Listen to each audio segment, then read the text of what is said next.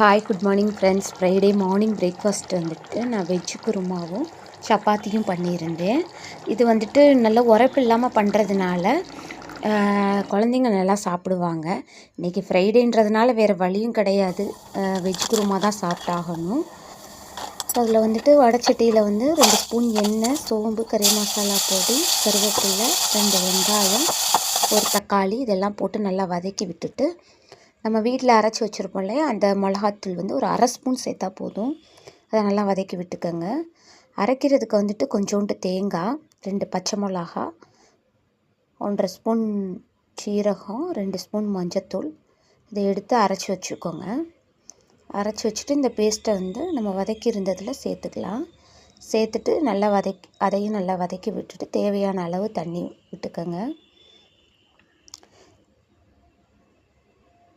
இப்போ காளான் கிரேவி இல்லை சிக்கன் கிரேவி அந்த மாதிரினா நல்லா சாப்பிடுவாங்க வீட்டில். இன்றைக்கி ஃப்ரைடேன்றதுனால நம்ம வெஜ் குருமா தான் வச்சுருக்கேன். அதுலேயும் என் பொண்ணு எனக்கு முட்டை பொரியல் இருந்தால் தான் நான் சாப்பிடுவேன் அப்படின்ட்டா. ஸோ முட்டை பொரியல் கொஞ்சோண்டு பண்ணியிருந்தேன். இப்போ அது கொதிச்சு வரவும் கொஞ்சம் நம்ம உருளைக்கிழங்கு போட்டுக்கிட்டு கிண்டி விட்டுக்கலாம்.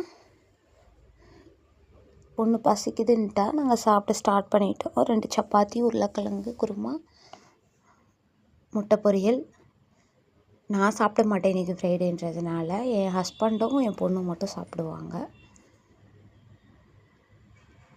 ஸோ உங்களுக்கு பிடிச்சிருந்துச்சுன்னா வீட்டில் ட்ரை பண்ணி பாருங்கள் குருமாவை.